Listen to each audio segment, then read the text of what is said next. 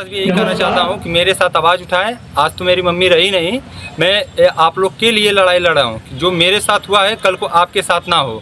बस आप लोग भी मेरे साथ होश में आओ, होश में आओ, होश में आओ, जारी बंद करो, जारी बंद करो, बंद करो, बंद करो, जय प्रशासन होश में आओ, होश में आओ। चेहरे पर घनी काली दाढ़ी, ये वो बेटा है जिसकी मां आजमगढ़ में खबर बन गई। उसकी मां की मौत हो। आजमगढ़ में चक्रपाणपुर पीजीआई में डॉक्टर इसकी मां की इलाज नहीं कर पाए और उसकी मां दुनिया छोड़कर चली गई। आज एक बेटे के सिर से मां का साया उठ गया और कल किसी और बेटे के सिर से मां का साया उठ सकता है। ऐसे में आजमगढ़ में सामाजिक संगठन के लोगों ने चक्रपाणपुर पीजीआई में सुधार के लिए आवाज उठाई।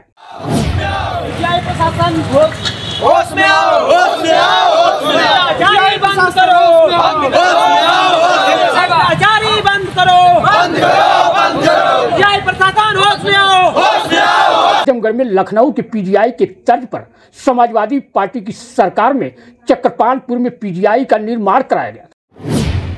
निर्माण के समय आजमगढ़ सहित मऊ, बलिया, गाजीपुर जिले के लोगों की उम्मीदों पर पंख लग गए।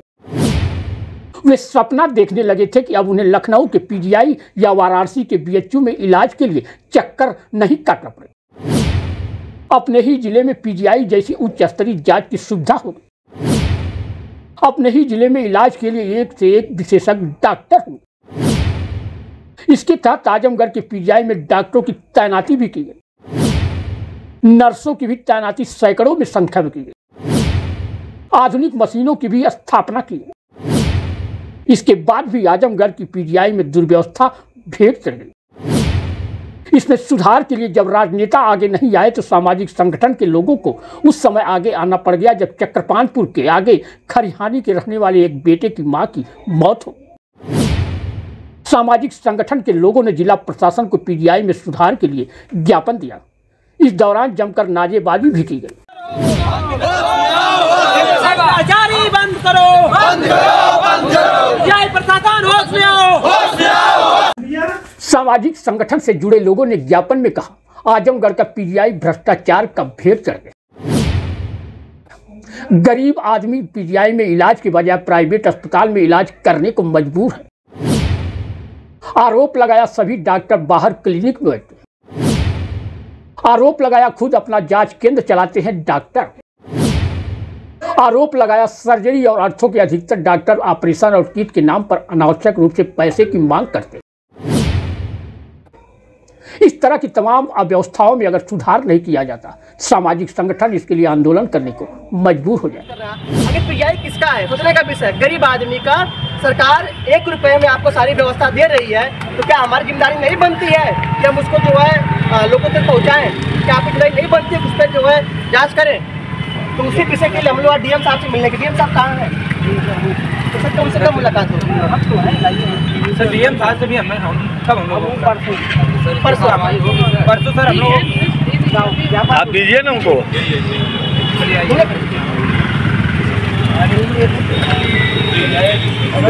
देखा भाई साहब जो है उनके माता जी की सुबह से भर्ती हुई सुबह 7 बजे, शाम को 5 बजे की गाड़ी देखने उनकी माता जी मरी। खबर बना रहा हूँ परसों की अभी बता रहे न्यूज आप लोगों को।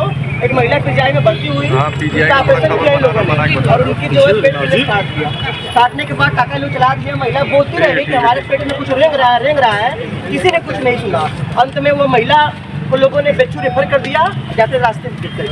तो आखिर ये सब चीजें रहती कब तक चलती रहेगी? दवा अंदर पूरी भरी पड़ी है, डॉक्टर सब दवा बाहर लिख के मेडिकल भेज रहे हैं। आज आप लोग प्रदर्शन कर रहे थे डीएम पर, क्या नाम है? जी मेरा नाम नीरज यादव है। मैं भगत सिंह सेवा संस्थान से हम लोग सभी लोग हैं। और अभी एक समस्या हुई थी जो है बीते दिन हमारे एक छोटे भाई आनंद जी थे, उनकी उन्होंने अपनी माता जी को भर्ती कराया पीजीआई में और सुबह 7 बजे भर्ती कराया और शाम को 5 बजे तक एक भी डॉक्टर जो है उनको देखने के लिए नहीं गए और दुर्भाग्यपूर्ण जो है माता जी का देहांत हो गया। पीजीआई एक पूर्वांचल में बहुत बड़ा अस्पताल है जहाँ पे लगभग में लाखों लोगों के जीवन का एक सहारा बना हुआ है और वहाँ आए दिन जो है वहाँ के डॉक्टर और प्रशासन मिलकर जो है मौत का खेल खेल रहे हैं।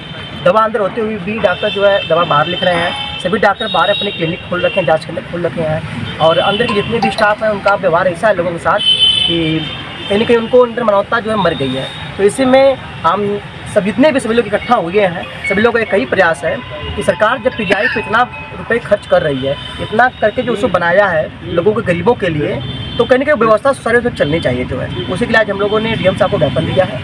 और आप मीडिया सभी बंधुओं का बहुत बहुत धन्यवाद कि आप लोगों ने अब आकर हम सभी का हौसला बना। क्या चाहते, क्या मांग आपके? मांग है कि पीजीआई की जो दुर्व्यवस्था है वो बंद हो। जितने डॉक्टर बाहर बैठ रहे हैं सभी अंदर अपनी टाइमिंग जो ओपीडी है आके बैठें। तो दवा गवर्नमेंट अंदर भेज रही है, दवा के लोग बेच दे रहे हैं। दवा को न बेच कर जो है अंदर दवाओं को जो है गरीबों को उपलब्ध कराया जाए। सभी जाँच के अंदर डेली का डेली खुले रहें ताकि आम आदमी को परेशानी न हो इलाज कराने में।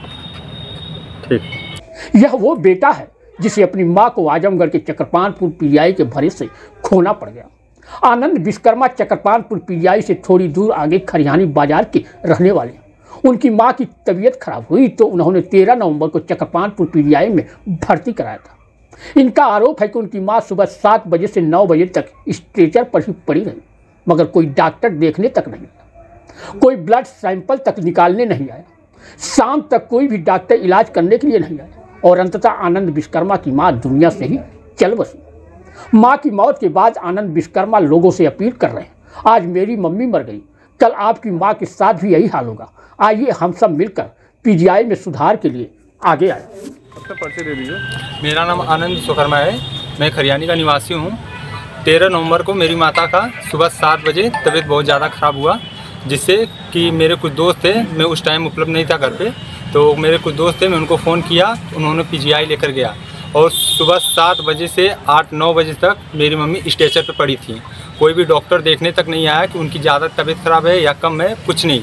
यहाँ पर मेरे एक दोस्त थे जो कि वो ब्लड सैंपल खुद निकाले और फार्मेसी में ले जाकर पैथोलॉजी में उसको ब्लड जांच कराए और करवाने के बाद रिपोर्ट आने के बाद भी कोई भी डॉक्टर दवा कुछ के लिए कोई नहीं। इमरजेंसी वार्ड में फिर कुछ दोस्त थे, उनके माध्यम से हम लोग उनको एडमिट करवाएं। बाकी मुझसे कहा गया कि सुबह 10 बजे तक डॉक्टर आ जाएंगे।